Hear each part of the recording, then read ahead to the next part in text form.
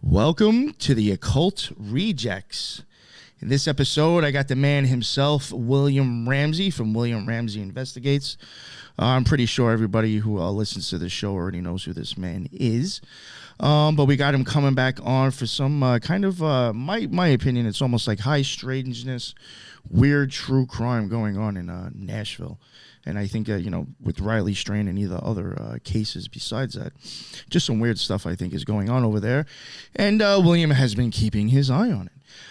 Today with us, I also got my boy J.J. Vance joining us. And I also got the mad scientist herself, Lisa. Thank you both for coming on. I really appreciate it. And thank you, everybody who's already been waiting in the chat for the show to start. That's what's up. Thank you. Real quick, before we get to William, JJ, would you like to let everybody know where they can find your amazing work? Nope. Howdy, folks. JJ Vance, host of Operation GCD. Nick, appreciate the invite. Lisa, appreciate the invite back here to discuss more of these smiley face killer topics. And William, always great to join you for a smiley face killers conversation here. So, yeah, looking forward to the conversation, and sure my links will be in the show notes. But, yeah, host of Operation GCD, and looking forward to the conversation here. Yeah, thanks again for the invite, Nick. Of course, and yes, your links are in the bottom already, that nice little link tree you got. And, Lisa, you want to let everybody know where they can get in touch with you in case they have something to hit you up with? Sure. Twitter, at Solis Lisa, and on Instagram, Lisa Solis. Awesome. Thank you very much. And William, in case there's people who don't know who you are, which I find that hard to believe, can you please just let them know what's up and where they can find you? Yeah, I run William Ramsey Investigates. You can listen to it on iTunes or Spotify. It's in the top 0.5% podcasts in the world. I've written 5 books. I've made 5 documentaries. You can watch all those on Patreon. And one of my first interviews I did when I wrote my first book, it's hard to believe it's been 13 or 14 years, was on Operation GCD with J.J. Vance. So I can't believe that we go back that far. I'm glad to be here and glad to be with all of you. Yeah, you know what was funny? JJ had, I think, sent me an episode like a day or two ago about some topic. It might have been something about Joe Rogan. And he sent it to me, and I was like, oh, shit, this is a few years old. This is on William Ramsey. I was like, damn. I was like, they've known each other for a long time now. There's something funny about Joe Rogan. I think that's It's kind of interesting. Yeah, that's a good conversation. I definitely enjoyed that one, William. Yeah, we've done some good ones. We did another one on, what was that book author who was connected to everybody? It was, I can't remember now. Didn't we do that like salon in L.A.? Was it Robert Heinlein, A Stranger in a Strange Land? I think we did Stranger in a Strange Land, but I'm thinking of the other one, the other guy. No, I gotta go back and double check. It was the guy who was like he collected all that stuff and he was friends with everybody. I'm cutting out. Oh, here. that guy. No. No, I can't remember that one. Well, maybe we'll come back to you in the middle of the episode. That happens to me a lot. I think we did the fake Apollo moon landings. We did the fake Apollo moon landings, and then because you was under Valibus, that was a good one too, for sure. Yeah, I think that was the name you were under when you were on the show. Yeah, that's the Latin spelling of Vance. Yeah, well, yeah, so when you my smart Forrest Ackerman mentality towards things. We did Forrest Ackerman. Remember that one? Yeah, Forrest Ackerman. That's a good conversation. I think he's an integral character. Yeah, we did. Sure, yeah, that was a good C. one. Clark's The Sentinel. So we've done a number. I think you're on at least 5 of those shows back in the day. Very nice. Oh, real quick to mention for the people live, it is 420. So smoke them if you got them. And I guess we'll get into the show. William, I know you got a bunch of slides. I don't know if you want me to pull them up already, but if you want to get into kind of the topic that you want to present with these other. Yeah, just a lot's been happening. If you want to pull up those Austin updates, there were 3 bodies found in Austin in the last, I think, 10 days or something like that. Or 11 days. And one is rumored, and they didn't show their names. They were not disclosing their names. Right. And I have kind of on site, it's actually kind of seems to be a cover up. Like I wrote on my social media, I think that the authorities are now covering up these cases, particularly in Nashville, Boston, where there's 2 bodies where they didn't disclose their names, and for certain Austin. And I was told this was the young man who passed away. His name was Eli Blau. And there's a very graphic picture, which I didn't include on these on these slides of his passing, which was very close to the city hall in Austin. And but they reported, and this is the interesting thing, is that there are people on site. It's unbelievable. People on site who took pictures, but they told what was reported in the media there was that he was a heart attack victim, but he was found without any clothing. He really was only in his underwear. And then the story changed to a gunshot wound, but the picture doesn't show a gunshot wound, and it doesn't show a gun in his hand or nearby. And so what happened? Like, what is going on? Why isn't this disclosed to the public? And because then you put that in conjunction with the fact that there was a poll in Austin where 75% of the people believe there's a serial killer. And then also the fact that the police are just shutting down their radio conversations. So they're going into encrypted conversations now. Why are they doing that? It's because people were listening to them going, there's a body found in Lady Bird Lake. So that was, intrepid journalists and some independent journalists, I know, Dash, are going to those sites because people are interested. Right. And actually, I think this guy, Dash, I forgot his name offhand, but Jamie, thank you. He got retweeted by Elon Musk, and so he got a lot of insight. So Elon Musk really appreciated his work. I do too. I think he's great. So, we always need more independent journalists as far as I'm concerned. So he's really following a lot of these stories of encampments, the Lady Bird situation, a lot of homeless issues in Austin. But well, you know what's kind of weird, even with the Austin stuff. I mean, I know this is probably going to sound off the wall, but maybe it'll make more sense by the time people get to episode 4 in our series, and not to take some of Lisa's thunder here, but even things that I have seen, it's kind of interesting how some of these cases do kind of go back to Elon Musk if you follow the rabbit holes. And how do you? I don't. It's just certain things with the companies working on AI, or certain things that are kind of into stuff that he's either using the companies for, or the property. Technically, the bodies might have actually been found on. It's just weird. Technically, when are you familiar with South by Southwest, Ramsey? Yes. The festival.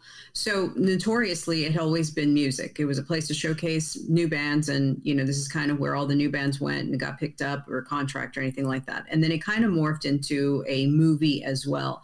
And it wasn't until the year before these bodies started showing up that tech was invited. And then the following year, when you start talking about all these startups in tech, is the year that all this starts kicking off. Wow. Yeah, it was really probably the tech hub of Texas, right? Is now Austin. Correct. It's kind of like Silicon Valley Central or something. Austin had been the, darling of tech for a while before it really exploded and experienced its boom. Texas also has the most notes handwritten by Aleister Crowley in the library. Yeah, that's right. I've actually been to the Ransom Center is actually at the University of Austin. So I've actually looked back in some of my travels through Texas in the past. When I wrote book Prophet of Evil, I went there and looked through it. Very interesting because it shows some of this handwritten text shows the amount of correspondence Crowley was involved in. Like old pick. He was still connected to so many people in the occult world, and I think he, intentionally did all that. I remember there was a really interesting postcard between him and JFC Fuller in 1935.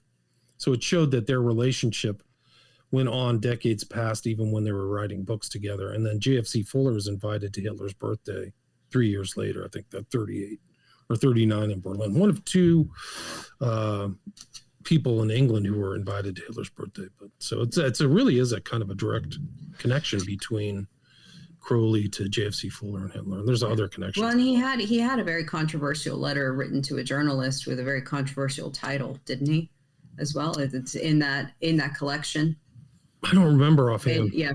He has a few racial slurs in the title. I was just gonna bring that up. I was gonna say, because I spent about more than a week there looking at all his handwritten stuff as well, especially like his what's it called, divorce papers and court proceedings and what have you about his property. Yeah, he drops the N-word. He talks shit about Jews. He called Italians the N-word, so he was pretty liberal in his insults. Yeah, I wanted. I mean, if I didn't have to worry about, because unfortunately all these things are copyrighted, and you actually have to get permission from somebody from the OTO to post it. But I wanted to get a picture of when he was dropping the N-word and talking shit about Jews, and I wanted to post it and tag. Who's that guy Marco that was busting your balls like a year ago? Oh yeah, Marco. I wanted it to be like, we have Mark Visconti or whatever. Like, how you gonna SJ? Lavenda were teaming up on me. Yeah, they tried to tag me as an anti-Semite. That was their. That was their kind of. Oh, that was the move, huh? How are you SJW is gonna fucking? How are you gonna fix this? This came, him, Marcos with trust the diaries. Here's his own handwriting, dropping the N-word and talking shit about Jews. Yeah. How are you leftists going to make up for that? What was his name? The guy who was his apprentice. It was Isaac. Yeah, it was Israel Regardi. When they started Israel Regardi, when they started breaking, their relationship broke down. He called him an East End Jew or something like really nasty. And then Regardi called him bisexual, and then made fun of his predilections for corporophilia, or like people like Crowley. Yeah, we can get treated like a bathroom. Topic here with Crowley now. It gets bad. Let's get back to the topic. Sorry. Okay. That'll be a whole show right there going into that. This is alleged, so I'm not saying I have 100% authentic truth that this poor young man, Eli Blau, was the victim on April 9th, 2024, but that's what I've been led to believe. So I just want to be careful, and my sympathies go out to the family, but I think there was something on Facebook, and you'll see that, I think, in these slides that indicate that's the case. Mm-hmm. And they said it was self-inflicted gunshot wound, correct? Where's the gun? I've seen. I don't want to show the picture. It's too graphic. No, no one said that they found a gun at the premises, but the reporting in the local news is that it's self-inflicted. Right. There didn't appear to be any blood at the scene or any kind of, expending of any of the bowels at the scene. Even it looked like a dump site to me. Like it appeared like the body was dumped there. It looks staged as well. Yeah. It seems very strange for that to be a suicide. Like, why would somebody take off all their clothes and then go out there and commit that act? Especially no note, no indication. And one of these interesting things about these stories is that there's no background. Like, where's the background on these guys? Where was Eli Blau? Like, why don't they say, well, he worked on Saturday, then he went out, and then he disappeared? Like the other stories, we know a lot of details about Riley Strain, for example. But some of these are not, not the case. So, yeah, and he wasn't reported missing, correct? Like there was no missing persons report for this man. And this is from Anna. She says APD, or Austin Police Department, refuses to release info about the quote cardiac arrest unquote victim found on April 9th. So, and this is she's tagging like all the big wigs in Austin too. Like I think Kirk Watson is the current mayor, right? Yes, he is. KVUE, Angela Shen, CBS Austin. Is there any type of, I actually meant to ask Lisa this when I had heard about it and forgot. Is there any type of is it typical, like if somebody thinks they're having a heart attack, like does something happen to where you burn up and start to think it makes sense to take off your clothes? No. I know. I was just like, for all I know, maybe there's some weird situation with a heart attack. The only case that I know of that is in hypothermia, where you start to experience all of a sudden a sensation of warming when you're actually under temperature and you start taking off your clothes. That's classic hypothermia, when you've kind of gone past not a heart threshold. attack, right? But not a heart attack. That I know of, no. Unless it's like you can't breathe and you take off your shirt because you feel constricted. But the whole thing, no. It's weird. Not that I know. There was no report of finding this man's clothes, right? Like there wasn't like a pile of clothes nearby. There wasn't like, hey, we found his shirt a mile down the road. Like none of that. That they reported, no. JJ, that's a great point, because it's the omission, right? It's what they're leaving out. The same thing with Riley Strain. They left out that he had no pants, no boots, no phone, no belt. They just said we found the same guy with the shirt and his watch. Like, well, Yep. why don't you disclose this other? So they're not even disclosing. To me, in my opinion, they're lying to the public that this guy was a cardiac arrest, especially if they change the story. Oh yeah, I mean, I don't even know how you make that jump: cardiac arrest, a gunshot, especially self-inflicted gunshot, where there's no gun apparently on the scene. That it's And at least on the photographs. I think Jamie or somebody was also on the site of where this young man was found 2 days later, and the crime scene photographer was there. So why would there be a crime scene photographer if this was some type of health-related injury, right? Yeah, that's right. You bring up a good point in that, they're talking about how all these cases are not being ruled a homicide, yet at the bottom of each reporting, it says, if you have any information, please call the homicide tip line. Oh, there you go. Why would you call a homicide tip line and not Crime Stoppers? Because there's another one where you'll look and it'll say, call Crime Stoppers. It won't say homicide tip line. Interesting. So there is a difference or a discrepancy between the two. Sure. Mm-hmm. It's incredible. I mean, this is just not stopping. And this is part of the larger, and we can go into this kind of other set of slides that I have, but there's like 20 other cases around the country, like in other cities too. So it's not just Strain or this young man. The guy that we had spoke to, what was his name? Jamie, Lisa? Mm-hmm. I've only spoken to him in email. I was supposed to eventually get on the phone with him. He's been doing like a thing with like really focusing on Austin and just other places where there's weird drownings. And he even said that he was giving some of his work to someone who I think was actually making a show on Netflix about nationwide drownings that just make no sense.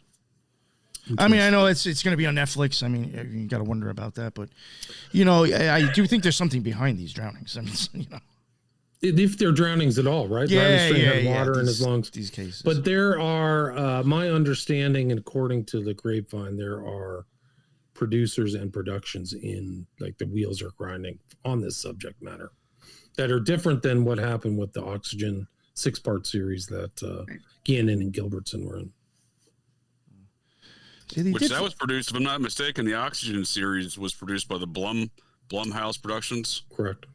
And I often wonder, whenever I'm looking at these true crime documentaries, I'm always focusing, kind of seeing who's behind the production of it to see, Well, I do what they're aiming for. I do know somebody. I mean, point. as far as I know, and I think they're being pretty honest about it. Somebody I knew, I think, like raised $100,000 and actually gave it to Blumhouse and gave them said, "I want you to make this movie for me," and they literally made it for him. I mean, if you pay him. On what subject, Horror. It was horror. Yeah, he had a horror movie. That's how they made their money. I think they made their money on that. Paranormal Activity. Thank you. Very good. Yeah. No, those were those very low budget, high High return. yield, right? Yeah, big time.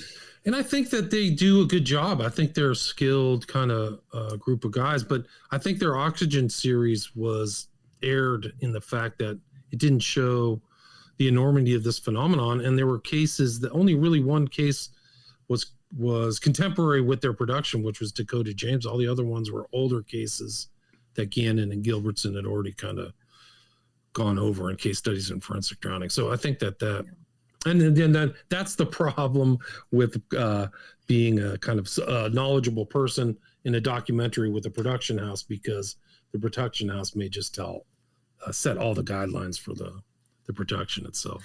Sure. Speaking of your documentaries, period, your documentary, and then documentaries that have tangentially been done on Austin. I don't know if you've noticed, but here recently, the reporting this year with the inception of these two bodies being found, if you read closely into the local news, they are saying that the string of bodies being pulled from the river started in July 2022.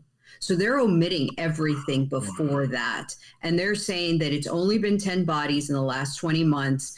And the reason that they bring this up, or the actual one body, was the one of 59-year-old Ricky Parks in July, that his case got closed in March of this year. And they found no foul play or no kind of, suspicious activity that happened. But if you read the local news papers on some of them, it'll say that this started in 2022. So it totally negates everything from 2012. Right. And there's a lot. There's so much Many. going back. Very many. Yeah, people can find a map. I'll try to put a link to it if they're on my social media. I don't know who, maybe you guys retweeted it, but there's like maps of so many Gutierrez, Lexvold, Ramirez. There's definitely more than 30. Yeah, it's a lot. It goes way back. You should see the shit that Lisa. Santos. Lisa has a graph of like all these. I was like, what? Yeah. And that's just the identified ones, because there's so many unidentified ones that most of them I don't even think a full autopsy gets conducted. You know what's funny, when we went to go do our Smiley Face Killers series, she had shared her folder with me, because this was something she was following prior to being on the show, I think. And she sent it to me, and like, when someone shares a folder with you, you can see when it was created. So like, I even see like, wow, this shit's old. And I open it up. I don't know, what's that one that's like on that green tab, and said it's not a document, but it's something else. I opened that up and I was like, yo, I really hope she doesn't think we can cover all of these. I was like, this is impossible. And I was like, you think maybe 6? But it's well over 30. She had this list of, and I was like, yo, what?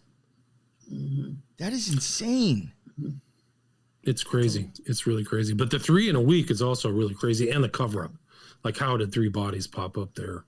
Some in the water. And this guy was in between it's the place in a river between the actual water and then I guess the berm or whatever that leads up to City Hall where there's a road. That's where Eli Blau was found. And interestingly, I think his family or somebody tagged Joe Rogan. I guess this man enjoyed comedy, so he's in the comedy. Maybe somebody knows more about this guy. You could text me. I don't know, but you talking about the kid that Christian Pugh? That's the one who it's on this. I think it's on this he went to go see of slides, but he's the one who survived. Yeah, he went to go see Tom Segura. So which is another comedy thing. That is weird. Yeah. Now, not to interrupt, but Lisa had mentioned this case, and there really wasn't enough on it, and plus he didn't die. It might have been something we were going to include, but we didn't. But I did look into him a little bit, and there was like an interview that he did with I think it was like a big show. I don't remember the name of it. And if you were to go and look on YouTube for Christian Pugh and you find this interview, people are going to watch it and be like, something the hell is wrong. It wasn't, it just, the way that the guest was even laughing and joking about the situation, it was just really weird. He even got the comedian to come on the show, and he's like, yeah, this kid was coming to see you and woke up 3 days later, making joke. It was just really weird. I mean, Lisa even thought it was just, if you go watch this interview, they're like, something is off with this. I don't know what it is. It's just a very somebody weird tagged interview. Tom Segura on one of my threads about this guy too. So that makes perfect sense that he had gone to the Segura show. This Eli Blau. I didn't know that. Yeah, definitely weird. Sorry to interrupt, but I just thought it's a very weird interview if people watch. This is the Christian Pugh, so people can go back and watch this. And these are his parents when they found his body. So 21-year-old, 2019. This is a survivor, literally found. And then these are kind of some other ones. Chattanooga drowning recently. This is April 15th. Riley Strain said his drink tasted funny. It's incredible that these cops can't go back to these bars and figure out the course of events. It's so crazy. That's because it's not even really been identified which bar he got the drink at, right? It's still kind of up in the air as far as which bar. They know which bar he went to, but they don't know which bar this weird tasting drink occurred. They say he was in 4 bars before he wrote. So Brian was the last bar. Do you think sometimes this is at some point, I do think some of these things may even some of these cases, it may literally be almost everybody's involved. But do you ever think that sometimes it's even just the whole MO and the whole fact of we know the cops aren't about to spend the time to track down where this fucking drink came from? I mean, sometimes I do wonder, is it even the fact of you understand how cops just lack in investigating for certain things, and you just know they're never going to fucking try to find out about these drinks. Until now, maybe until, everybody in the country is talking about it, and it's fuck, now we may have to. But, could it have been a thing that we just, cops don't care? It's almost, I hate to say, the same thing with hookers and prostitutes. Right. They're not going to look into them that much. They're not going to spend the time and money. in the case with Austin, the bar scene, 6th Street and Rainey Street, is the bread and butter of Austin on a continuous basis outside of the festivals. And so a lot of, from what I've understood, is that if you were security or you got hired during one of these festivals, you make a lot of money as a security officer or police officer. That's what the word is. And some of those police officers work as security officers or security guards, so it overlaps. Correct. So some of these people investigating these crimes may be in on the Rainey Street gravy train. That's what I thought. To look the other way. I thought was interesting when I did come across some of these people that I think I covered from Austin that were involved in companies and employed ex-cops or cops in the military. Because it's like some of those people are also security in bars and clubs. You know, so it's just like, damn, like, is it someone like everywhere with that whole scene? And another thing, too, even with Austin, Texas, and I do think with some of the places that JJ had looked into, I do think those towns or those cities are very much, I hate to say it, dependent on all those bars and that entertainment to bring in a fuck ton of money to those areas. Oh, yeah. Unfortunately, I think it's just like, right? if we started cracking all these things down, we'd be screwed ourselves out of money. Yep. It's almost like, you know, it's like a beast of a machine. It's like, now what do you do with this? It's interesting you say that, Nick, because I included a quote from Jaws, even though it's fiction. But if you remember Mayor Vaughn, he was always like trying to play down the threat of the shark in the water. And I think that dynamic is happening in all these cases, too. They're playing down the threat of a human shark or human sharks in nighttime. And I think it's in this, it's in these slides if you kind of move forward a little bit. All right, let me. It's an interesting quote, and it comes from. I have to give Derek Gilbert, Peering into Darkness, credit for that because he was the one who put that. Sometimes I forget mentioning his name. So this is Brian Enton, who's actually done. I have to give him credit because I really kind of say not nice things to journalists, but I think Brian Enton's doing a really good job. So he's still on the case. He hasn't given up. He actually has gone and talked to the family after it supposedly got solved. You know. They try to wash his hands. So kudos to him, Brian Enton. People check it out. I think he does a lot of really good. I love how you're blatantly honest with other journalists and reporters. I do find it very interesting on Twitter. I do think it's funny watching his tweets sometimes. Oh, I'm not nice to certain people. Yeah, Coffin, Daffer, and Brown. You know, that's one thing. She's terrible. That's one thing I had to give you credit for, Ramsey, and it's probably why I still fuck with you so much. Is that I don't think you've kind of been very. I think you don't hide your opinions, and I do think that's something to. No matter who it is, I've seen you. I mean, some people would never say anything about Joe Rogan, and you have. You know, just little opinions like that. That's impressive. I think you've been kind of authentic to yourself. I appreciate that. Oh, thanks. Yeah. I think when I started, it was kind of like, damn the torpedoes. It just was going to be. I mean, I think it's because it like what led up to me writing books and doing this stuff is like screaming at the TV or like, aren't you guys going to look more into this? And so then it kind of made me what I was as a researcher or journalist or whatever. Is like I'm just going to look at it through my lens. I don't have a financial thing. I'm not part of a larger organization. I answer to myself, my own conscience, me thinking so. No, I've noticed that actually. It's like he's pretty much remained his own person. It's impressive. And that's why I self-published my own book. There's no other. I mean, I'm responsible for them. Like so, all the information, all the, faults and everything are mine. And then I think people appreciate that because it's not like. I'm trying to sit. I'm writing my books because the publishing house wants to make $1 million off it or whatever. Well, yeah, they're telling you, where's that book, William? Right. You know, I never had that pressure. Let me do this in 3 weeks. Damn it. Right. Or like, you better put something out. Or we gave you $10,000 up front. Get to work. Oh yeah. We want half a book in 6 weeks, please, or some shit like that. Yeah. But it is interesting that this is Jim Smith, Drowning Victims, but. And Grifter Hunter's doing a really interesting researcher if you follow him on X. But there was a psychic who said she had the name of Garth Brooks come through her mind, and then she freaked out and deleted her Riley Strain video. I forgot what her name was. But anyway, it's kind of a side story. Yeah. So this is other cases. Aaron Thomas Pigeon, William Bernier. So some of these cases I don't even have. There was a guy who went through Jim Smith's cases and found over, like just on his social media, found over 300. So this is another recent case here. This is one that came out of Michigan, so Chicago, April 16th, so 4 days ago. You know, I was going to just mention, I was going to say, have you noticed a lot of these in April? Mm-hmm.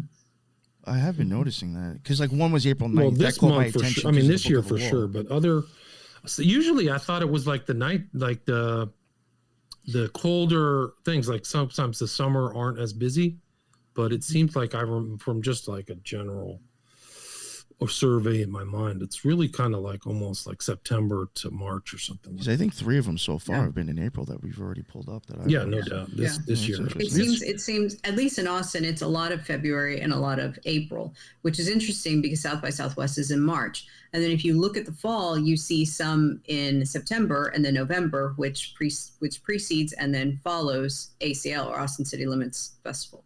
Okay. So it's almost you see some during those weekends, not to say there isn't, but you see more on the periphery of those two events. Interesting. Yeah, I think generally speaking, from what I've witnessed and kind of tracked over the years, Easter is usually kind of the end point. A lot of deaths immediately preceding and just after Easter and on Easter for that matter. But this does seem like a kind of a late year as far as this continuing on so far deeper into April. I think something's going on with the whole eclipse. Like, I don't know, and some of these people's thinking maybe that eclipse was important. So, like, I've never seen anything like what happened in the last couple of months. It's like off the charts, 20 cases all over the country.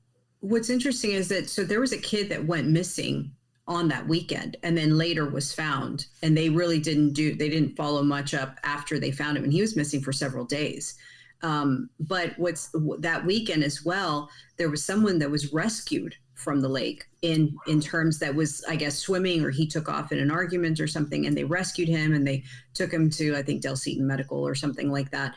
But then later on that day, there was like a guy sitting at Barton Creek Pool, which is like an offshoot of Ladybird Lake, which is probably almost the same distance as Shoal Creek from the lake. So Bard Creek would be on the, I'm going to get my directions mixed up. Anyway, but somebody walked up to him and kicked him in the face, like with his boot, and ran off or whatever. But it's like all these nefarious things happening that weekend. And then you have a couple of days later, April 9th, where you find a body on Tuesday. Yeah. Yeah, it's crazy. Yeah, no, there's a lot of strange things going on. I definitely think the eclipse, for sure, I think had at least the symbology. I do think, I've said it over and over again, and it's not like to brag or to just, bring it up for no reason. But like from my experience with fucking with magic, I have to see that in my mind's eye for anything to happen. And I do believe that, that's part of the whole death and rebirth. So I do think it's just a symbol that's going to kind of go back to death in a way. Somehow. Yeah, it's a true occulting, right? Yeah. True occulting of the light took place. Especially, I think it went right through Austin, right? Or something close to it. Yes, it did. Yes, it did. Yeah. Let me keep going here with the... So this is another disappearance, Chicago. I don't know if this guy's been found. Elijah Okinola. If you're Black and in Chicago, I'd really go home at night at 9:00 p.m. and stay home, because there's just so many African Americans. Something weird is going on there too. So I think that the MO has kind of got out, and other people are using it. I don't believe that all these people are all contacting each other. I do believe there's contact through the internet, but some people are just using it independently, in my opinion. And it seems like a lot of African Americans are targeted in Chicago. I can just go through the list. Has that been something recent, Ramsey? Yeah, I mean, I think so. Within the last 3 or 4 years, yeah. Because we hadn't seen that in Austin. Jelani Day, Jelani Brinson. There's another guy with an African name who was a med student who disappeared and was found in the lake. Okay. Those are just some of them, but yeah, it's not just kind of like the first idea of like it's all kind of white, what do you call it? Caucasians or whatever they used back in the day. So this is it. This is actually a really, go back because that's an interesting title. Read that title twice.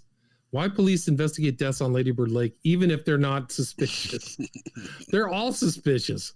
Like, why are you on the lake? So this is like, talking people down. This is April 16th. Yes, yes. And if you notice in that one document, they said that they dispatch the homicide unit and that they respond to all deaths. Homicide units respond to all deaths. Which that's probably standard protocol, no question about that. But then again, if you read lower, it'll say call the homicide tip line. Right. If it's not a homicide, why are you blowing up their phone? Right. No, it's self-contradictory. That whole article, I should probably read through the whole thing because it's unbelievable. Like, they miss out on the death of that guy, Eli Blau, and they just called these other two ones that happened. It's really something else. So this was the quote from Jaws. I'm only trying to say that Amity is a summer town. We need summer dollars. Now, if the people can't swim here, they'll be glad to swim at the beaches of Cape Cod, the Hamptons, and Long Island. Yeah. So I think that's kind of the sensibility is like the instinct is to cover up. And I think it's the same thing on college campuses when things go wrong, is that they don't want to panic the parents.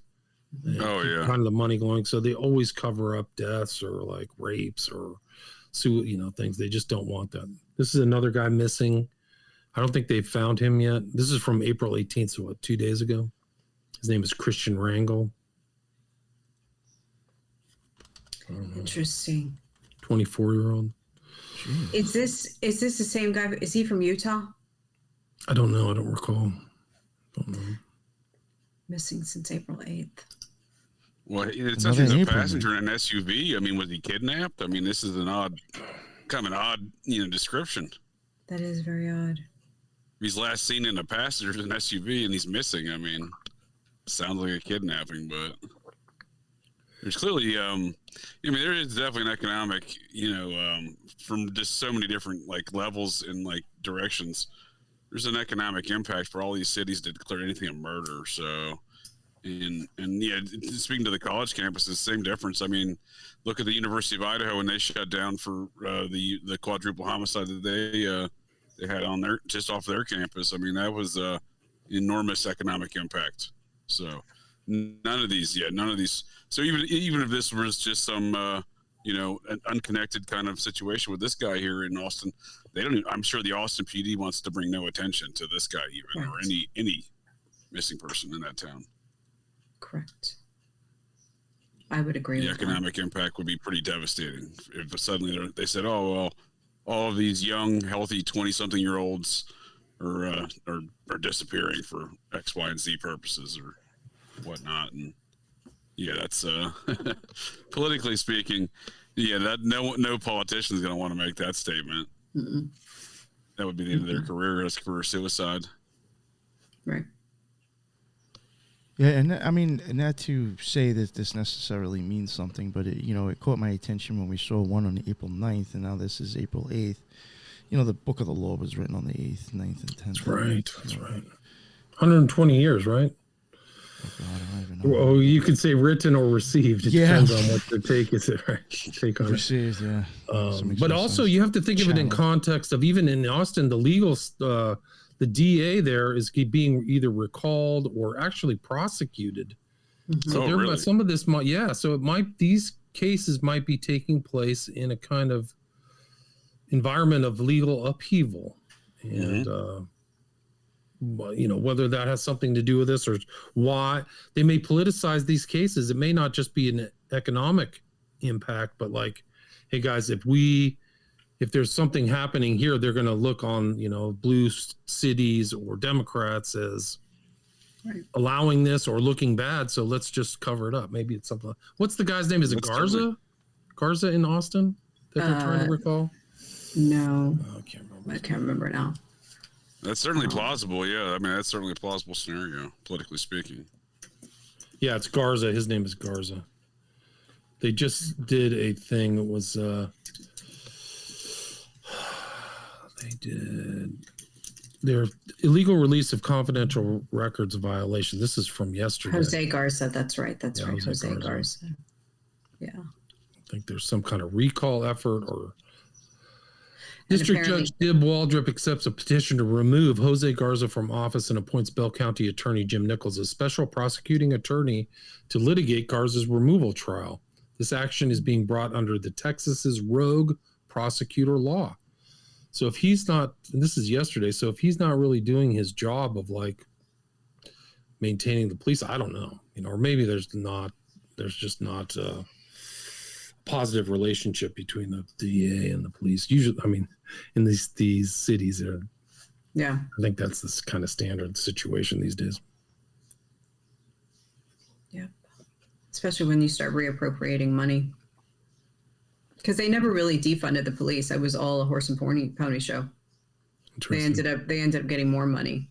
All they did was just not. I think the classes they were supposed to, for a new academy, that didn't happen. And a lot of the street cops either promoted or left or took early retirement.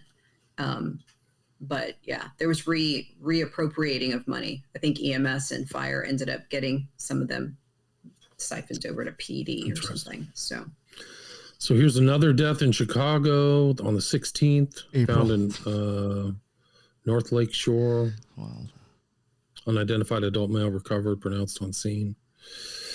Detectives conducting a death investigation. So it's just another crazy, This is another one. This is boil water. This is from March 19th, 2024, Highland Park. I think that's Rochester, New York. Somebody's found in a reservoir. At least that's March. All right, that's the end of those slides. You want me to pull up the other ones? Yeah, if you want to. Let's go for it. Let's go for it. Love it. This is the Corpus Christi cases. So Bradley Brooks, 2019, 38-year-old Jesse Albert Garcia, 2023. Ivy Joe Gutierrez, February 22, 2022. So this is in the context of the Corpus Christi cases. I forgot the kid's name now. It's hey, Caleb Harris. Carapelis, thank you. Caleb Harris. I do Harris. have it somewhere.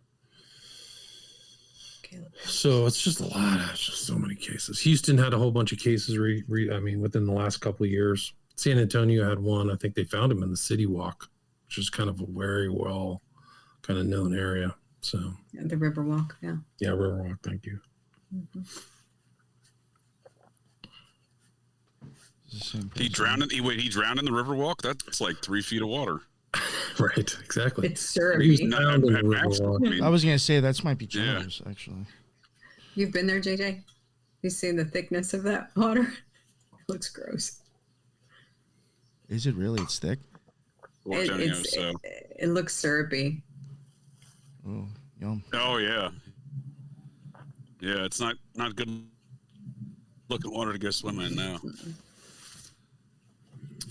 This is him. This is for Caleb Harris. Still missing. Still hasn't been found. Late night. He was supposed to go. His social media showed he was going out to meet somebody, supposedly for fishing. I don't know. Kind of sketchy. Disappeared March 4th, 2024. $50,000 reward. No money missing. Like all these standard cases, the money isn't touched. So it doesn't have to do with finances, which I think is telling, which takes somebody kind of out of my pool. Like once somebody gets their money taken from an ATM, they're no longer in my kind of, study zone or whatever. Yeah. To my point, because I have to support my theory. To my point about the whole tech thing, Elon is building his battery factory in Robstown, which is not that far from Texas A&M Corpus Christi. Oh. Right. He's done a lot. Wasn't there another huge factory somewhere in between Austin and Dallas that he did too? I think there's a huge Tesla factory or something. Yeah, it's right off of Austin. It's there in Austin, right off of the airport, and it's like a stone's throw from Austin Energy. Okay. So it shows that he has an impact and is very much Texas friendly. It probably is going to be more Texas friendly after what happened to him in Delaware too, right? So yeah. I mean, outside the cities, you still can kind of get the traditional rule of law. Yeah, this is from Caleb Harris, OSO Bay Hiking Trail. But the weird thing is, like, I think that was kind of in the middle of the night, like he was going to meet somebody at some kind of, I don't know. There might have been some kind of like gay pickup joint or pickup site or something like that. I do think stuff happens like that with other cases that we've even looked at. I think all of us have talked about before. There's a lot on the phones. Dakota James, Joey LaBute on Grindr or something.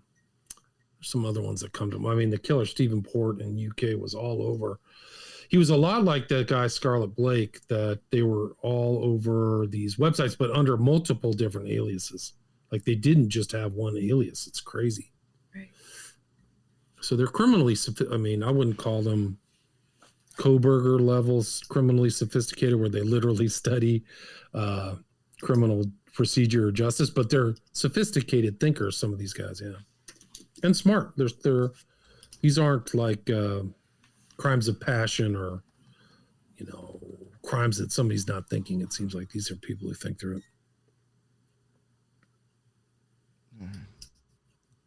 That post seemed to have a lot of activity to it, right? I mean, it's like Nick, if you can go back real quick, apologize. Yeah, that was from Jim Smith, so that's Smiley. Yeah, I mean, this post right here with the 445 looks like shares, maybe.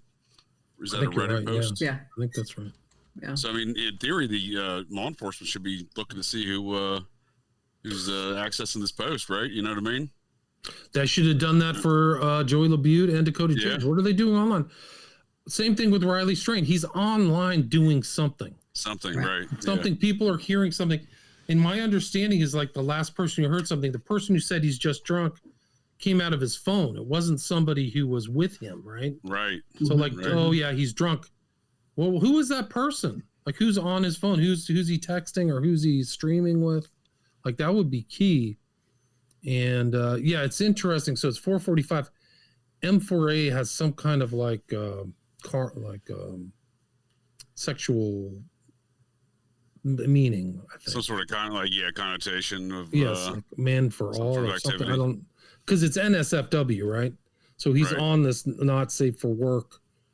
He's not thinking about like, we're going to go out and go bird watching, right? Right. Yeah, I wonder what the M is male and the 4, and then the A is for some sort male of, for all. I don't know. Yeah, well, there you go. Yeah, some sort of I think it's something else, but it's yeah. Okay, maybe. I don't know. Oh yeah, maybe it's male female. Well, it seems like this missing man's family might be inclined to believe that like something nefarious has gone on with their loved one, because a $50,000 reward, that's a fairly substantially sized reward in these cases. Yeah, no, it's a lot.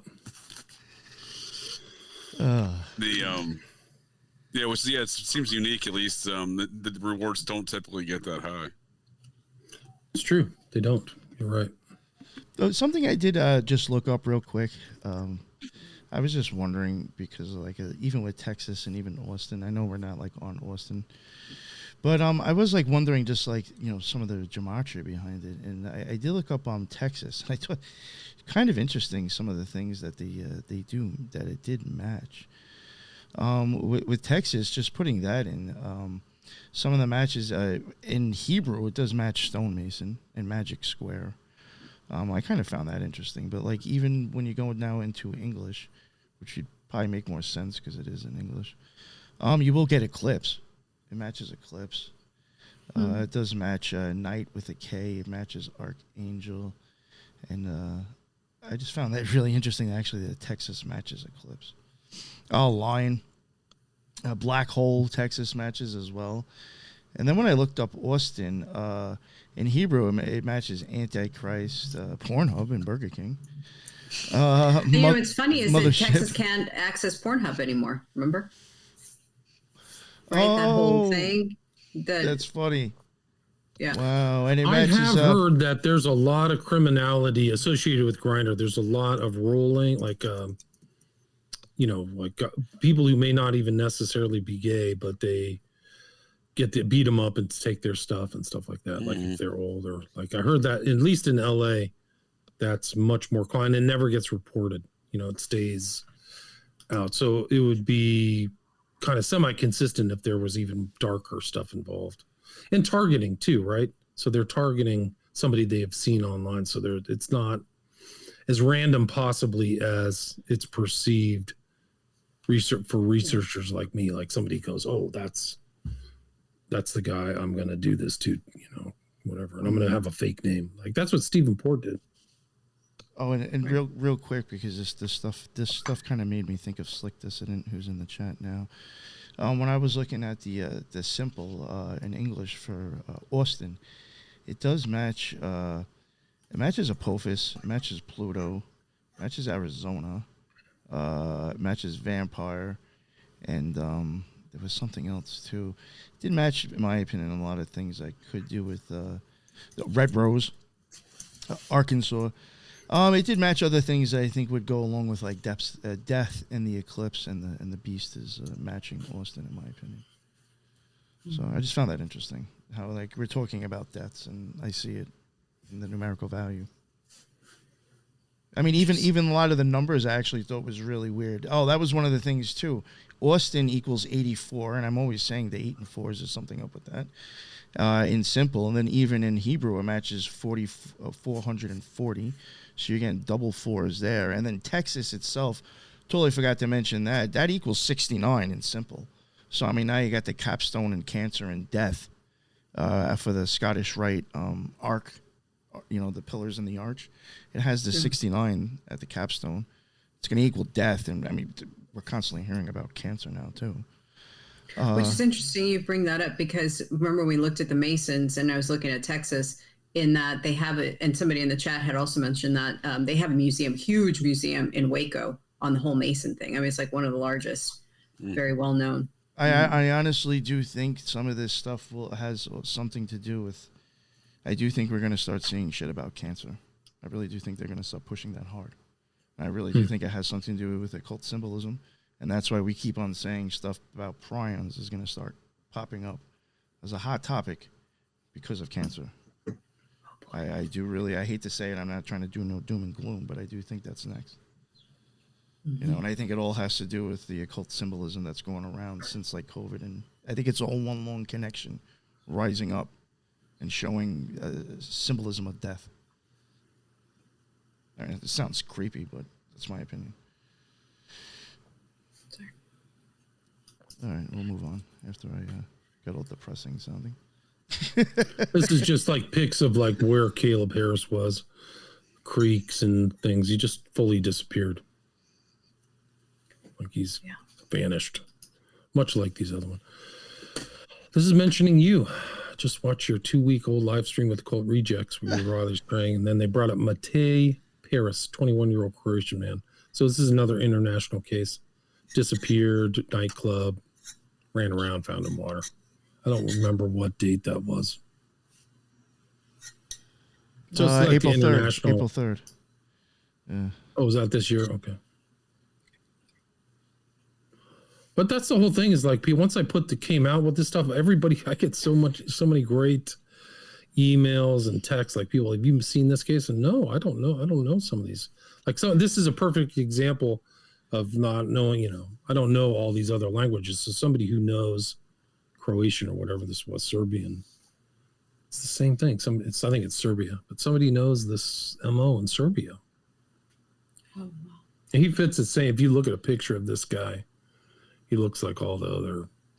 Oh, I think there's probably much more gruesome shit going on in countries over there in that area than what's even. Like, I hate to say it, like stuff like Hostel is like, that's real. That shit's not fake. That's not fake. Shit like that goes on. So I mean, they have plenty of other ways to make money off of torturing and killing people. Well, it says here this fellow's a water polo player. I mean, you definitely. I mean, that's definitely fitting right. Yeah, right within that MO. That's not a person you'd expect to drown. That's like a triathlete of the swimming pool. I mean, they're out there just paddling. He could probably cross those rivers like 80 times. Yeah, just bored. Those water polo players are it's crazy, shit. And they're used to swimming in water. No body fat. They burn like 5,000 calories a game or something. Oh, easily, Crazy. yeah, sure. This is another Most one. of these people have some sort of water experience that end up dead, which is interesting. A few of them all have pictures holding fish too, which I find is interesting. Yeah, that was Caleb Harris holding a fish. There's a bunch of them. Loaded James, head of his swim team. Jonathan Honey, I think, had one. Wow. They had that one. Seamus Gray in Chicago was literally like a seaman, like a Navy man or something like that. He was in the Coast Guard or something where they're in water. Yeah, you're right. Yep. U.S. Navy. Yep. Yeah, something going on. Yeah, no, those guys go through training to make sure they don't drown in water, so. Right. They wouldn't stay there if they couldn't pass their training, right? Like if they got freaked out or they couldn't swim or something. Yep. This guy's interesting. I think he was a soldier too, found dead in a river, suffered a violent or unnatural death trapped under a boat with ropes around his body. So this is April 4th, so not that long ago, 2 weeks ago. So just tons of cases happening. Incredible. All over the world. This is totally unique. So it's not just the Austin cases. The Austin cases are really bad, but they're happening in a context of something where like a whole new turn. Like I have to update my book. I published it in October, I think was the most recent version. It's just like the last 6 months has been totally insane, like totally crazy. And that Riley Strain case was really kind of the most media and social media case of these types that I've ever seen. So just incredible. And what's interesting with that one, and this is like, I kind of goes into things that I've said before with other cases to an extent. Riley Strain, he also had a huge social media presence with that case. And that seems to be the popular one, right? But a lot of these other ones, you really ever hear of them really much? You know what I'm saying? It's just interesting how those are always the ones that are pimped out. Something about Riley Strange is it was nationwide. I think there was nationwide for some reason. Yeah. But some of these other cases, the locality are following them, but they may not have that like the Riley Strain case, there was reports for him in like the Independent in the UK. So all these people were keeping an eye on it.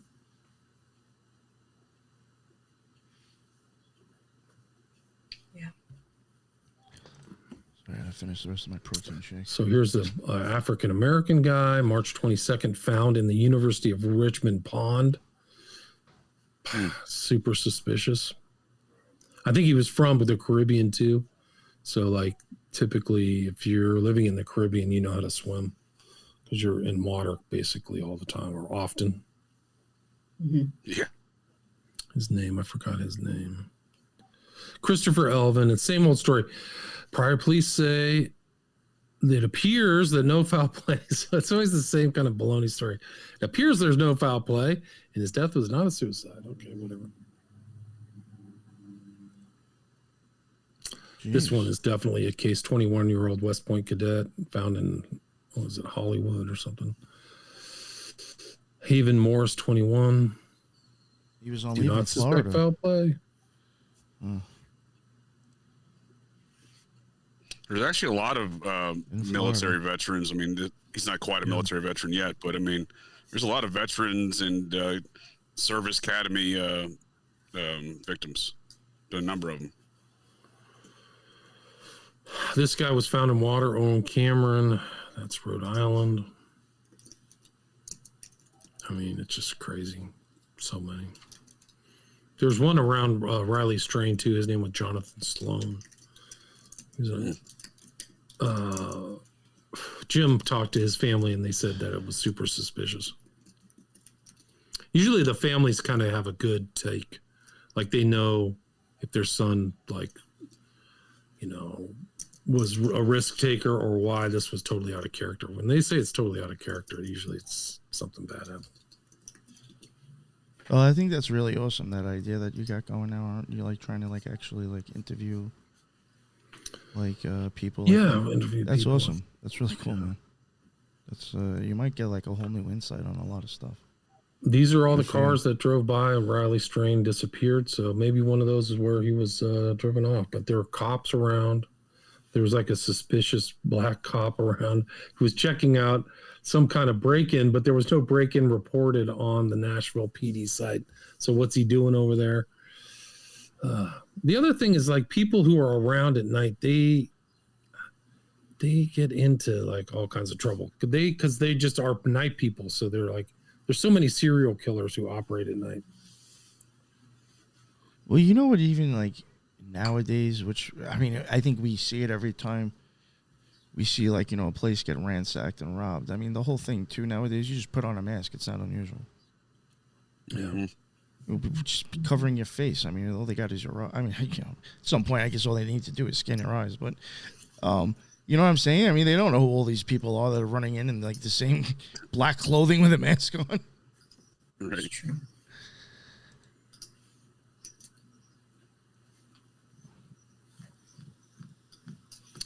This is after Riley Strain was found, and they found out no pants, boots, or wallet.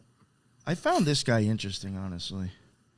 Dingman? Yeah, not to be too much of a conspiracy theorist, but like I already think the case is shady to begin with. There's just something I don't know why they needed like a liaison. Dude, there are shady things all over this case. Yeah, and that whole turtle. Well, yeah, thing. now it's been released that the fraternity brothers didn't. They waited 14 hours after they identified that he was missing to even notify anybody. Yeah, it's all weird. Now, this guy right here on the screen, though, that's like a liaison, right? He's not the PI. Yeah. But the family hired a PI in addition to this. Yeah, he's a family friend. Right. Well, but it is interesting to see that the law enforcement authorities in Nashville took such a hard stance early on, saying we're not going to investigate any further. Meanwhile, the family's got a PI. You know, they're releasing all these statements about potentially being drugged. You know, so this is a very unique dynamic. I don't think any other SFK victims cases played out in anything relatively close to this manner that this Riley Strain case has, and it continues to, because I continue to follow folks like Brian Enton to see what they're highlighting of what the family's saying, because it's interesting to me that the family's really pushing it here, pushing the envelope, and they should be. Yeah. They really should be pushing the envelope, but they're unique in that capacity. I think it's also inspired some of the family members here in Austin as well to start being vocal and speaking out and demanding questions or more answers, not just a shut and close case of like accidental drowning and they move on. I mean, I think even like I think we talked about this a little bit offline, was that some of the, I think the second to the last body that was identified, Chris Hayes Clark, his mom came out and was like, enough of this. Like the police and the detectives are just saying accidental drowning and moving on, and no investigation is being done. So I thought that's good that she's doing that. I think so. I mean, I think that it's suspicious for them to say accidental drowning when they don't see him go in the water. Like, where's the person who saw him go? In all these cases, they're all the same. Who saw them go into the water? Who saw him drown? Just a witness. Oh, I saw a guy flailing around. And you hear a lot of fishermen, at least in Austin, you hear a lot of fishermen who see a body. I don't know why people are still fishing in the lake if you're finding dead bodies in the lake, which is weird to me. But it's just, it's always a fisherman that finds them on a boat. Yeah, it's weird. You know, it's funny too that somebody's even mentioning in chat. Did you ever notice sometimes a lot of the footage? It's like, yo, did you use like a Razor cell phone to film like this footage? Like sometimes, like I mean, even the shit with the news. It's like, yo, what kind of phone were you using to even record that footage? Like that phone would have to be so old you wouldn't be able to connect to 5G to even run it. Like that's happened to my father because that's how cheap and like just high tech. He doesn't understand high tech. He had to eventually switch to a phone because it was so basic, you couldn't even run anymore. It couldn't connect to anything. So he had to step up. And like some of these videos, I'm sorry, man, the shittiest quality video I've ever seen, and that even makes me wonder certain things. It just doesn't make sense to me. There's better pictures of Bigfoot. StreamYard streams out better. I mean, come on. This is like one of the things that makes me angry about these so-called experts. This is a classic example of like shoddy analyses and terrible conclusions that do a disservice to the family and the victims. This woman, Jennifer Coffindaffer, supposedly FBI, and we can go, that's a whole nother show, problems with FBI profilers.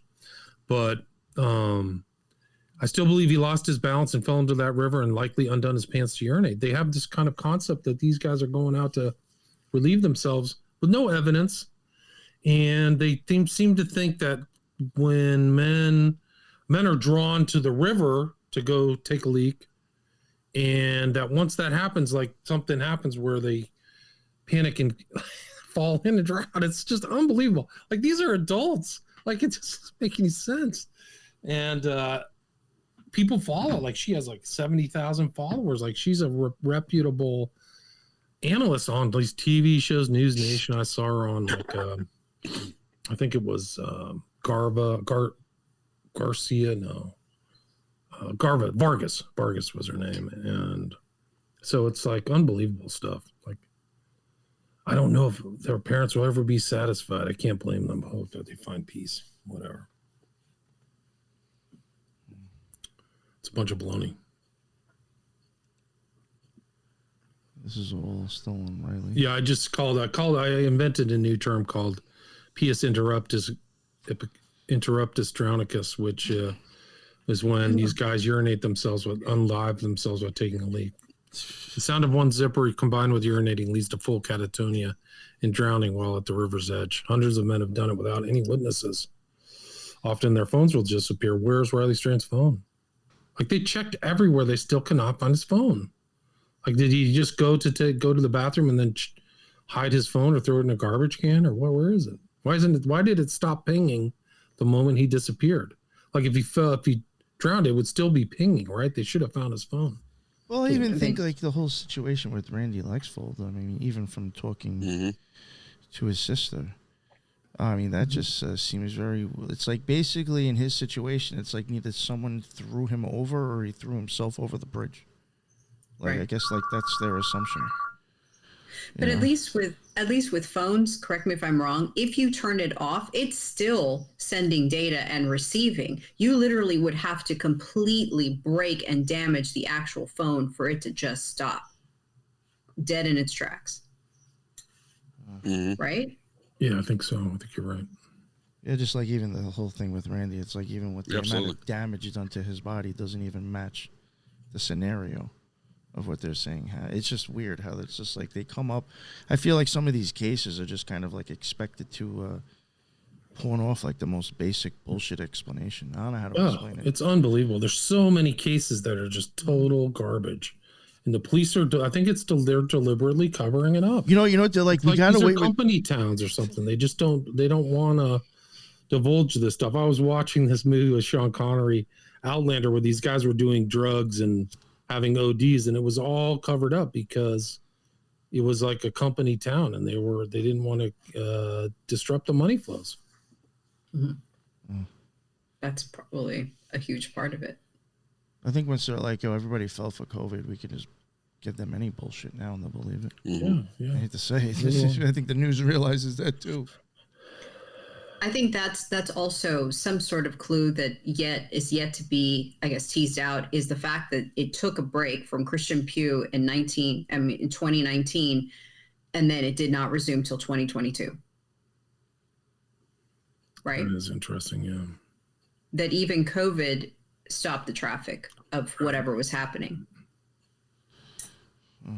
Incredible. And you can't say, oh, because all the bars were shut down, because there were bars that were being given citations for staying open during 2020.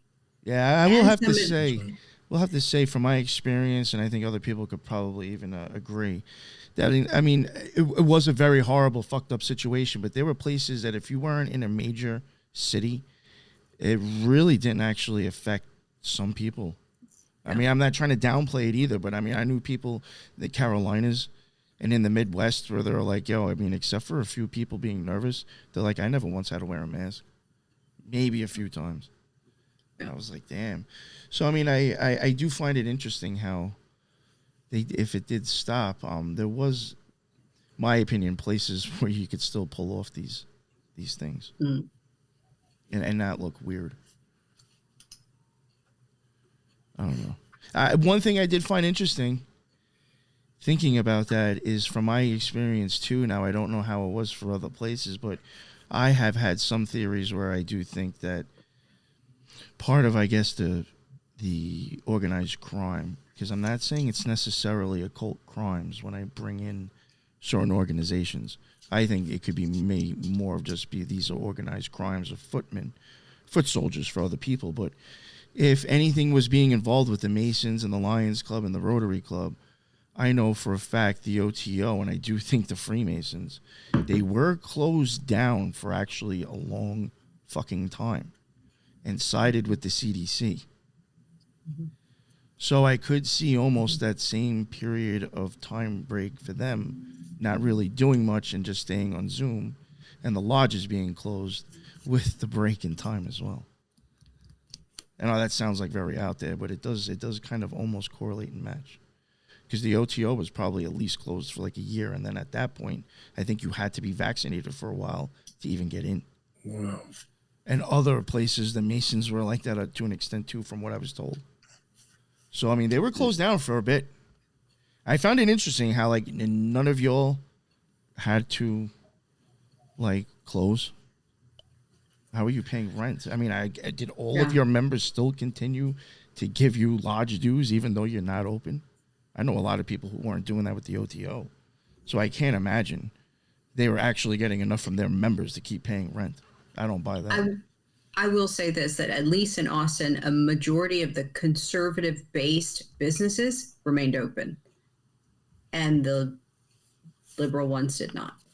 I don't know if that means anything, but there's that thought. Yeah, this is just one of those weird correlations I did notice. Guys, I've got about 15 minutes. Okay, so yeah, you got anything else? I don't know how much time. Did you want to? I mean, we can go through these slides if you want, just to show that Austin isn't happening kind of in a vacuum. It's happening. Sure. Homeless people, Riley Strain updates. People are still asking questions. This woman, Kelly Avellino, to her credit. Let's see, what else is there? This is a good point. Jennifer Kearns. Interesting, there's already a video of Morgan Wallen throwing a chair off a roof in Nashville, but no video yet of anyone who may have roofied Riley Strain. Behavior that led to Riley being kicked out, nor of Riley in or leaving the bar. Like, it's just like, what's going on? Like, I would think that if these bars wanted to help, they would just say, here's our video from the night, give it to the cops or give it to the public. There's so much.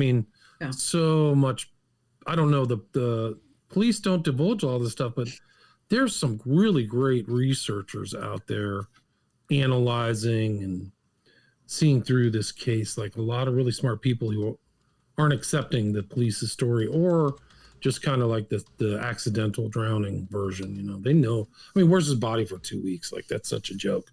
Like, he literally rematerialized. And it's a very common in these cases too, that when they're found in the morning. They're found, like, why are they found in the morning? Why aren't they found in the afternoon? Or why don't they float up after it warms up, right? So that's even suspicious, because they're put in the river in the middle of the night. See, that's where Go ahead.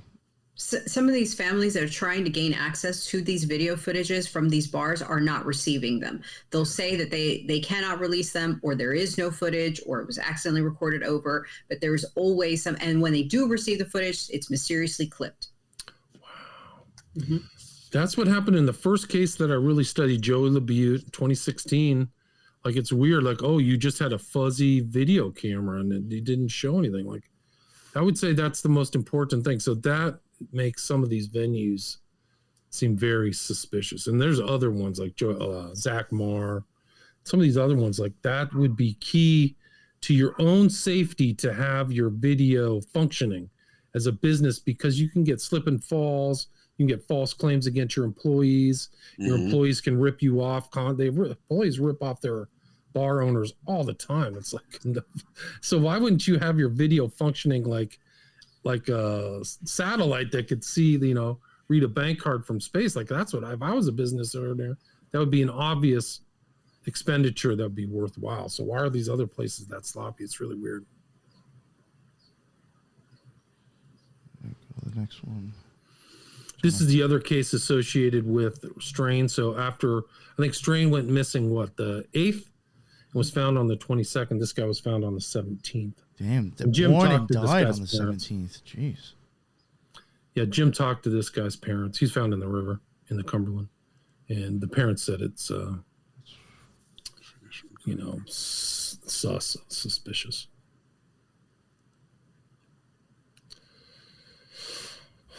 Riley Strain again. And Family says PD lying and both connected. Yeah, I'm not surprised. This is another one. This is a guy in Bristol, UK, another hotspot. Missing. I don't think they found his body yet. Missing in the early hours. Yeah, you're not safe, guys, walking around in the middle of the night alone. That's the whole thing. Like, you read these serial, like John Wayne Gacy. Like, when I watched that documentary, the comedian, the Candyman and the Clown, like, they're going out at night. Like, Gacy's starting to motivate at midnight. That's when he gets up.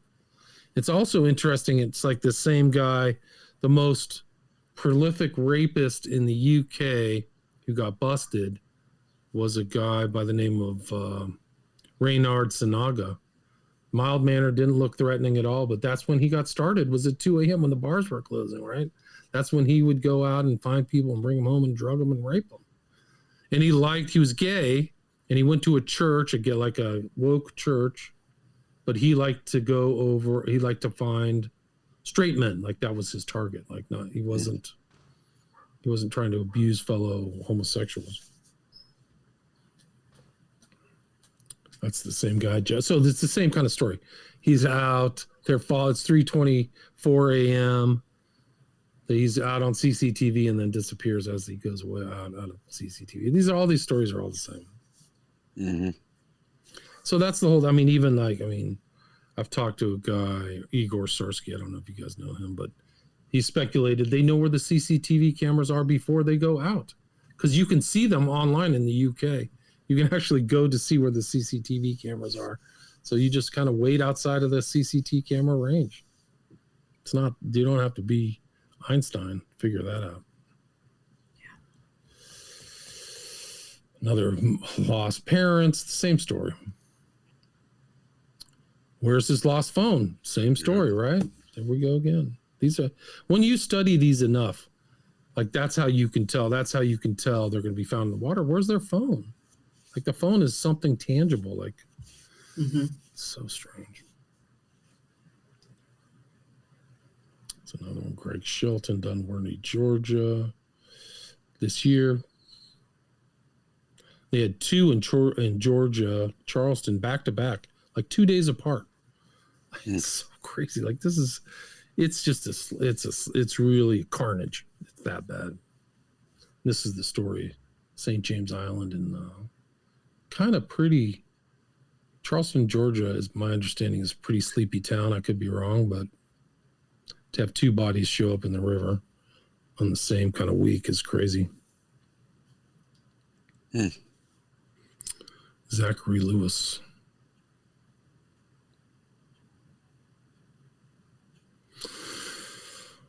Missing on the 31st, and then Leland McClellan III. Wow. Yeah. It's a pretty sparsely populated area. That's not like there's not like it's very touristy, but it's not really touristy season kind of region. If you go back to that or the other slide, it just shows how little information they're giving out. No obvious signs of trauma, right? So that's what they always tell the public. When a lot of times there is trauma, they're just not revealing it. So that's like, oh, no trauma. Well, he must have, the coroner did not specify cause of death. Why? No other further information. So they're keeping these quiet. It's crazy. Mm-hmm. Yeah, it is. That's pretty standard, though. You're right. I mean, it is. There's and I'd like to see an actual number of the cases where they make this statement initially, no trauma was present on the body, only be proven later by families' autopsies, private autopsies showing otherwise. Because I think that number is fairly substantial. I don't think it's a small. There's no question about it. Well, the Dakota James is one. The other one was the guy out of New York City. It was Mick. I can't always forget his name. McNeil. Yeah, McNeil was one. Right. Lexvold, I think they didn't disclose how badly his body was damaged. It was very bad. Yeah, he was looked like he got run over by a semi truck or something really terrible. Oh, Which is it seems like almost overkill, like really bad. Yeah, I can't think of offhand. Oh, I mean, you could throw Chris Jenkins in there because he had, I think he had he had a clump of hair they didn't disclose. Mm-hmm. Interesting. Yeah, so 2 in Charleston right after each other. Yeah. Crazy. You're right at Easter again, right? Yeah, I saw that. And April we think what you 2nd, said, JJ.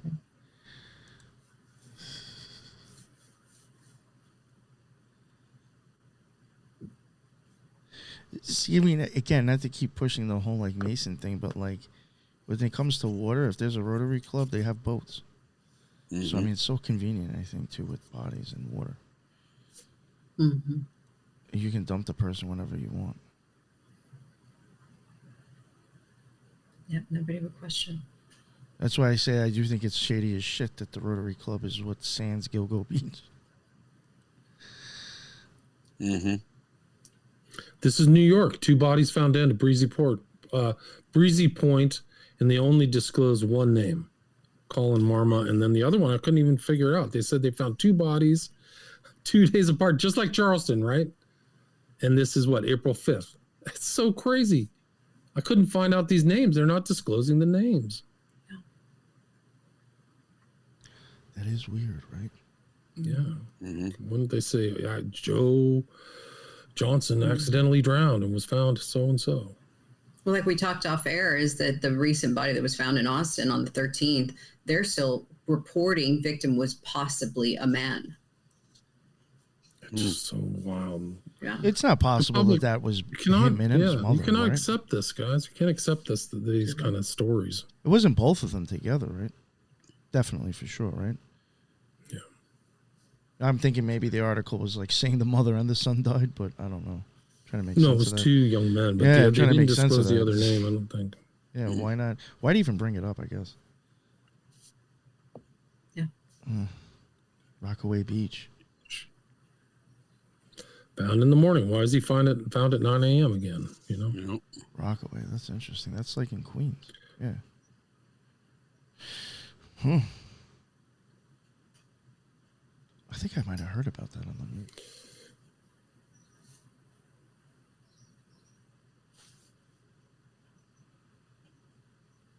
It says one of them was heavily Jamaica decomposed. Bay. I'm assuming it wasn't the missing man they just mentioned. Because it didn't sound like he was missing that long to be heavily decomposed. Yeah, it does say a heavily decomposed body washed up near Reed Avenue on the ocean side of Breezy Point. And 2 days later, another body was found in Jamaica Bay, near the rocks on Beach and 92nd Street.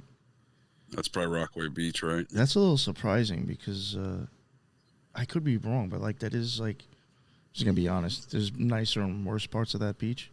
That's kind of like in the nicer area. Yeah, okay.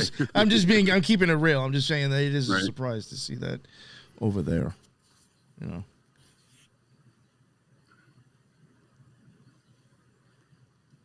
Go on to the next one. Oh, Mr. Ramsey. Yeah, this was the Sloan Bella story. This was the psychic. Somebody sent me this. P. Diddy of Truth came out, bitch. She was on a roll last night. Some lady accused her of died more. Not the bar owner. Yeah, she mentioned. I think it's in the next slide. Whose name it was.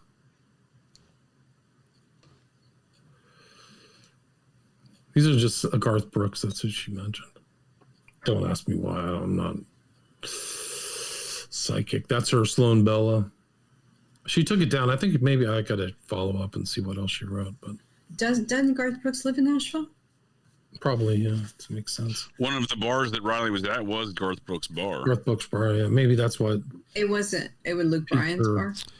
He was at four places. Oh, I see. That's right. Yo, somebody had hit me up about this lady almost kind of saying the same shit. I wonder if it was the same person. Because I remember somebody trying to tell me and like through DMs about this lady, and they mentioned something about P. Diddy, and I was like, I'm too busy right now. Like I don't even know if I responded. No, I'll be totally honest. I was just like, I'm working on smiley face killers and my own shit. I can't get into this. Sure. Yeah. Just like Smile, it's at the Luke Bryan thing. Like, what are you smiling about? It's a theme at the Luke Bryan bar. You can see the reflection on the bottom there. It says Luke's. You know what's interesting that this lady does mention P. Diddy with that situation. Wow, this is weird and random. I have a friend who's in real estate, and he was selling something in Rockaway Beach. Can't remember what street it was on, and he wanted to get drone footage. So he had me. I went and filmed it. Technically, it probably wasn't legal, but I flew it. Got some kind of like 5 minutes of some decent footage, and gave it to him. And he was trying to sell it. And he did tell me. He said he was showing me like text message between like him and I guess the owner of the building, and the owner of the building was saying that P. Diddy was interested in actually looking at this building to buy. So my friend was like, "Yo, your drone footage might actually be seen by P. Diddy." This was before any of this weird shit started popping up. So, you got a drowning victim in P. Diddy trying to buy, like, to me, it was like an empty building. I don't know what maybe a club or bar. I don't know what we want to turn it into, but it was just like it was almost like a commercial piece of property, like in a residential area. So it was interesting.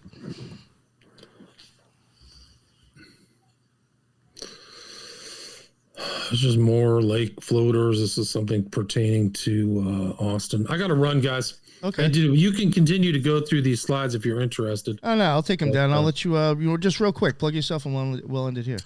Yeah, you can just my book on the smiley face killers came out last year, and you can check out all my other research into this whole subject at William Ramsey Investigates podcast. But thanks for having me. Of course. Thank you very much. And we'll talk to you soon. Yeah, likewise. Take care. Later. Is there anything that any of you wanted to add to like what we were talking about there? I mean, we don't have to necessarily get off now, but if you guys are done. No. One thing that I was going to add, and I was going to tell Ramsey about this, it's kind of not related, but a little bit related. Back in December of 2022, they had found a body in a vehicle, and they claimed that he had been shot. But yet, here recently, autopsy reports, I guess, was released or came out and saying that the body had significant damage to it. So I wonder, this always sparks my interest, because I wonder if at some point the people that are involved with disposing of the bodies, if they have fallouts with each other, or somehow somebody says something to a girlfriend or what have you, and they find out and they have to get rid of a body, or they have to get rid of a person that's in the syndicate, so to speak. And this is how they do it, because this is how they do it. Exactly. And so it kind of was one of those that it seemed like, maybe this was something, but I don't know. Just it was odd because it made news here recently because some of the information on him was released finally. Interesting. So yeah, that was all I was going to say about that. Well, I think to the point you made in our last conversation, I believe last week there, Lisa, with the medical examiner's offices, I think that's a very important thing to continue to absolutely kind of push on and make emphasize that like these things are going on in jurisdictions where these medical examiners offices are some for right, wrong, or indifferent are being permitted to get away with these kind of activities. And I really wonder what it's going to play like out in Nashville with the way Riley Strange's family's approaching the circumstances there, because once again it's another one of these kind of very questionable medical examiner offices and doing very engaging in very dubious activities, and the way they go about declaring these deaths. And obviously I think that not only is that pertinent for the perpetrators of these crimes to have that factor to be able to accomplish these to be successfully accomplishing these crimes, I just think it's going to be an important factor to continue to watch as these families push back from the other side of the conversation. So, and I think I'm really surprised how much Riley Strange's family's pushed back, and I'm glad they are. And I'm wondering if this is the case in Nashville with the MEs in Nashville, because at least in Travis County, those MEs have jurisdiction or do autopsies for about 46 surrounding counties. And so that's a huge net that you're kind of casting in terms of being recruited to ask for assistance. And I mean, obviously, if you go to school together, your colleagues and all that other stuff. But I mean, if that's the case also in Nashville, if other things are happening, they are privy to that. I think their ear is definitely to the ground of what's going on. And then they occupy a very high ranking,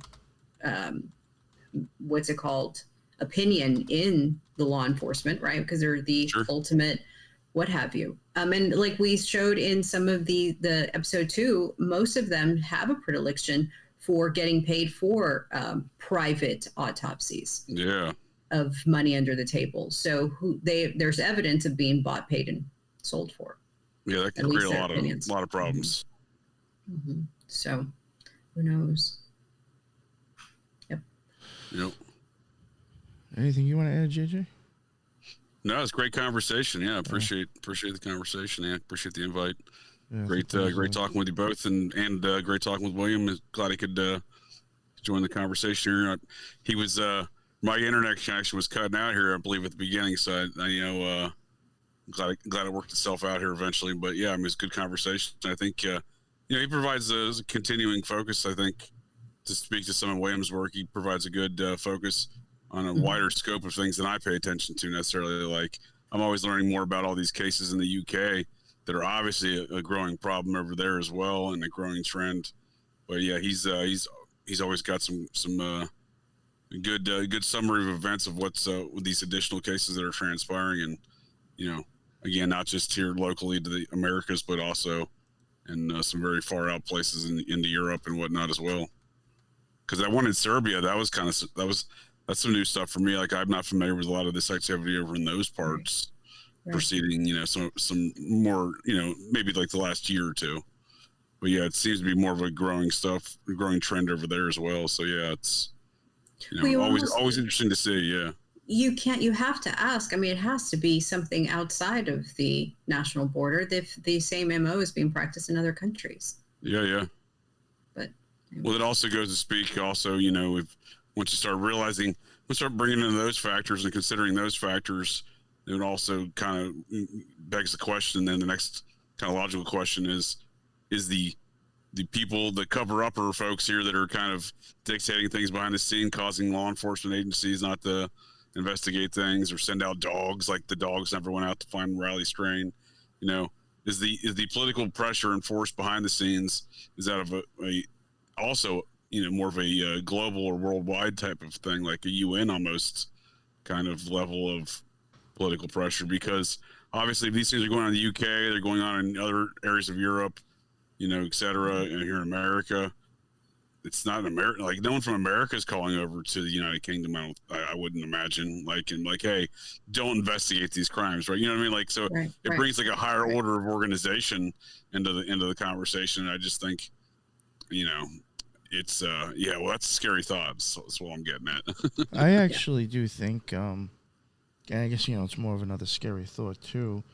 I don't think it's all these cases, but I do think there's a good possibility that some of these people, these victims, when they're known to be found publicly, I think the people who are actually like hands-on with that body are a lot more closer to the reason why this is being covered up. Interesting. I do think that like either the coroners or the MEs, or I think at some of these cases it starts from there with the cover-up. I think the body is found the regular way it normally would be. It may seem weird to the police, and they're just like, fuck, I don't know what to say. And they're probably just happy we found the body, really. Yeah. Just so they could, tell the public we did our job. We found the body. And how much is they don't want to admit incompetence? Because if they don't know, course. they can't say we have no idea. That's just another situation I think is what comes into play, is that at some point, unless they want to admit we have no idea, which will scare people even more, they will just brush it off themselves. We can't fumble on this one. Yeah, cops aren't ones that, like, they're not known to be like objective and be like, oh, I don't know, like, being like, just describe to people like, I don't know what's going on here. They always have an answer of what's going on, even if they don't know what's going on. And so then, like, that is very big part of what goes on in these cases. Yeah. And then if you have medical professionals that are telling you that it was really nothing, you're like, oh, fuck, thank God. All right. Exactly. This goes with what we're telling them already. Yeah. Whew. You're not going to go look further into something you don't want to find Yeah. out. All right. Oh, thank you. You just made my life a lot easier. No. Yeah. It's easy to attribute a lot of like malfeasance to a lot of these police departments. You're gonna have to But get in the end, somebody. I mean, it's that simple at times. You're gonna have to get somebody who even questions the establishment that they're working for. They probably even think outside the box to go against these things sometimes. Yeah. No, You know, that's a good way to put it. Yeah, you're gonna have to be like a cop who even is like, I know this place is fucking corrupt, to even start looking at like things like that, because that's gonna be somebody who actually cares. Somebody else is gonna be like, oh, if that's what I'm being told, fuck it, fine, all right. It's one less case I have to look into. Yeah. I think that's the way you just described it. That's kind of the way I look at Detective Gannon, the original detective in these cases. Like, he was, a seasoned NYPD detective who probably knew better. Like, when he's seeing these dead bodies showing up and he knows they're homicides, he's like, this is never going to get corrected through the department here. I got to take this in my own hands. Yeah, I could see that. Yeah, I definitely think that's a chance, though. I do think that sometimes, like, the people, not even the police department, but I do think like the EMS or the medical side of it could have their hands in. Again, like I had even said, if somehow these 8 Masons are involved, that really does give them a lot of ways of transporting and even having places for a dead body to be that wouldn't be unusual, like a morgue. Mm-hmm. And now the morgue, funeral home, and you will also have supplies to do whatever you want to do aesthetically to that body, drain, take out, do whatever. Right. You will have some basic tools to do all that shit because of those connections. But again, it makes the whole rotary thing makes perfect sense. It is the perfect motive, because you drop a body from a bridge, you're going to hear the splash. No, if you hoist a body over your back to walk them down to shore and then push them in, somebody's going to see the body on your back. Yep. You know what I mean? You need something a lot more conspicuous. You could literally have the dude hanging off the side of the boat and just be going down the stream. Like, again, even over in Austin, Texas, this is one of my theories. I said, well, we'll just, talk a little bit more. Fuck it. One of my theories with Austin, Texas is I'm questioning if these bodies, when they're being dumped, over by the, I'm like blowing it off horribly being dumped, I think it might be over by the park and the golf course, because that is now one half of the side of the river that nobody's going to see what you're doing. Exactly. Yep. You've just eliminated like 50% of your visibility. And it's closed during off hours. Yep. Especially I'm glad you make that point, Nick, because there's so many of these SFK victims that have been found on golf courses, and I think that's exactly why, because it's the wintertime, it's nighttime, you have no one around you. It's a great place to dump a body. Yeah. There's also mounds on golf courses, just saying that.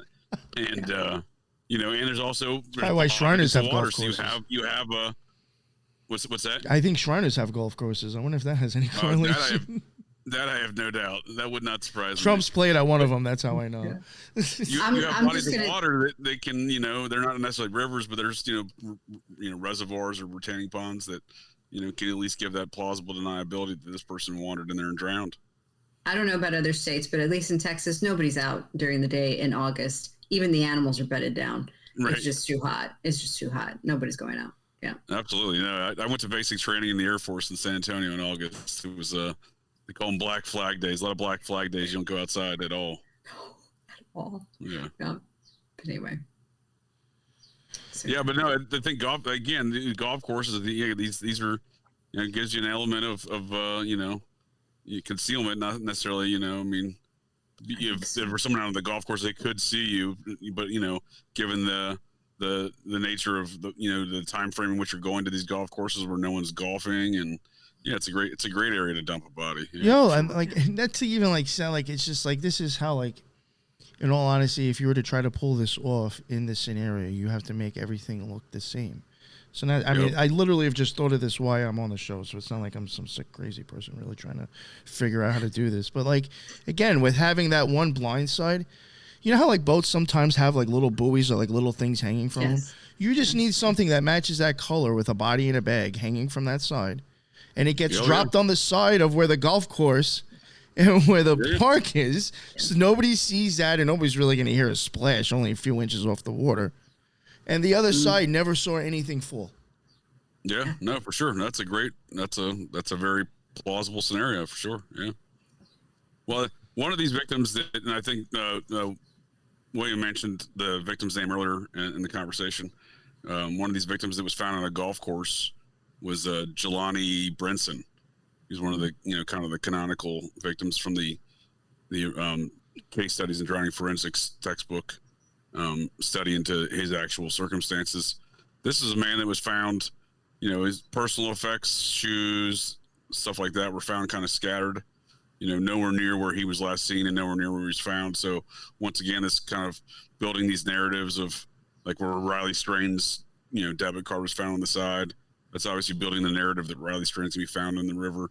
Sometimes in that same like kind of regard, I think that the folks perpetrating these crimes leave the personal effects areas where nowhere near where they're going to be found in order to just deter the investigation and search away from an area where they're going to later dump the body. And that's the case with Jelani Brinson. He was found in the golf course without his shoes on and with clean socks. And so how he got into the retaining pond, which obviously, was proven through a number of forensic studies and evidence that he was murdered. But just on its face, like, how do you get into the golf course retaining pond without your shoes on? You have clean socks. You know what I mean? It's not happening. Like, that in itself should be like, well, this guy didn't get here on his own accord, but that's not, So, there's even if you had some evidence like on these bodies that are being dumped on golf courses, it very likely wouldn't even be paid attention to anyway, like with Jelani Brinson. So you could easily dump a body off of a boat, just trolling by on a boat and just dump it off. And with Christian Hughes, who was found under the bridge, the one that survived, they said that he was missing for 60 hours, and they said, oh, maybe he had been there this whole time. Well, he was under the bridge where there is notorious a bat population, like a winged bat, and there was no guano on him at all. And so if he had been there at least one night, he would have, at bare minimum, had that on him, but he didn't. Sure. So the whole theory of him having spent the night under the bridge or fell off of the bridge the way they claimed and then stayed there and passed out, that's negated just by that simple fact. Yeah, and I'm sure it was not nothing that the authorities took note of in considering the actual circumstances of the death. Correct. Yeah, so I mean, there is a certain amount of ease that the perpetrators of these crimes get away with because of that, because law enforcement is willing to look past those obviously glaring details. Yes, I think so too. Even I thought something was interesting, and then maybe we'll wrap it up here. I mean, dumping a body at a golf course, just cruising by in a river, that's a great way to do it for sure, Nick. That is definitely I have no doubt that's gone on in some of these cases for sure. Like that's been a mechanism. I can think of a couple of cases up in La Crosse right now, right? I'm quite confident that's how they got there. I do think, just my opinion, I do think that, like, if you were going to, get rid of people in water, it really would make sense with a boat. But then it's like, oh, that's going to bring attention. But, like, not, if again, going back to, I know it sounds silly, the Ocean's 11, if you look like you're supposed to be there, people don't think anything about it. And that goes back to something I was just going to say now, that, and then maybe we'll wrap it up here because I don't want to keep dragging it on. I want to save some stuff for when we cover it ourselves. But, stuff with like Austin, and I even think with some cases, it might have been La Crosse that you had mentioned it. One thing that I found interesting again is that besides the facts that there's Lions Club and a Rotary Club near there, they are actually involved in the public in those areas. There was things that Lisa was like, oh my God, I had no idea that was them. You have the Lions Club out in the public doing fundraising for like eye stuff or giving free eye checks to kids. Interesting occultists wanting to check eyes, interesting. Yeah. And, the Rotary Clubs is doing like, they're always doing like some kind of like thing with the public or donations or some, they're actually involved. This is my opinion, is that when they're doing that too, people will be like, oh, that's so-and-so. They're those nice people that do all this stuff. You don't think anything about them. Out of sight, out of mind. Right. It's the same thing as if you were driving down the street and some guy had some bullshit van on the side of the road but actually had enough money to go spend something to bring them up to the top of the wire, you wouldn't think anything of it. Well, I mean, unless you're a conspiracy theorist, you're automatically going to think it's the feds. But a normal person is going to be like, oh, that's a cable guy doing something. Not necessarily. Right. Just because you have the equipment to look like you are one, and he's got a fucking, a flashing, one of those vests on, so he doesn't get hit in the road. Just because they're wearing that doesn't mean they're legit. But most people would see that and not think anything of it. Put Verizon on the side of the van with a magnet. That's magic, right? That is magic, man. Magic. That's great, JJ. That's awesome, JJ. That's all part of it, in my opinion, is even doing shit like that. I agree. That's a part of playing the fool, being a jester. You're being silly. You're entertaining the people, and they have no idea what the fuck's really going on. Sleight of hand. Yeah. Totally. So, nice. All right, we'll end it there. JJ, real quick, let everybody know where they can find your stuff again. JJ Vance, host of Operation GCD. Great conversation, Nick and Lisa. Appreciate the conversation as always, and looking forward to our next SFK episode with BD Salerno joining us. So yeah, thanks again. Yes. Great combo.